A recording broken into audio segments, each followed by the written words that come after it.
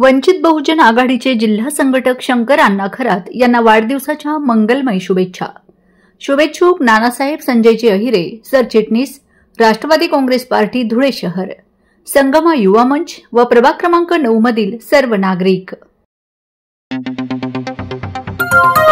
आपण बघत आहात डिजिटल इंडियाचे डिजिटल न्यूज, ठाम मत मराठी न्यूज। पद्मश्री डॉक्टर प्रकाश आमटे यांना लोकनेते दाजीसाहेब रोहिदास पाटील जनसेवा पुरस्कार प्रदान। लोकनेते माजी मंत्री दाजीसाहेब रोहिदास पाटील यांच्या प्रथम स्मृती दिनानिमित्त अभिवादन व लोकनेते दाजीसाहेब रोहिदास पाटील जनसेवा पुरस्कार मुख्यमंत्री फडणवीस यांच्या हस्ते ज्येष्ठ समाजसेवक पद्मश्री डॉक्टर प्रकाश आमटे यांना श्री शिवाजी विद्याप्रसारक संस्थेच्या मैदानावर आयोजित कार्यक्रमात प्रदान करण्यात आला।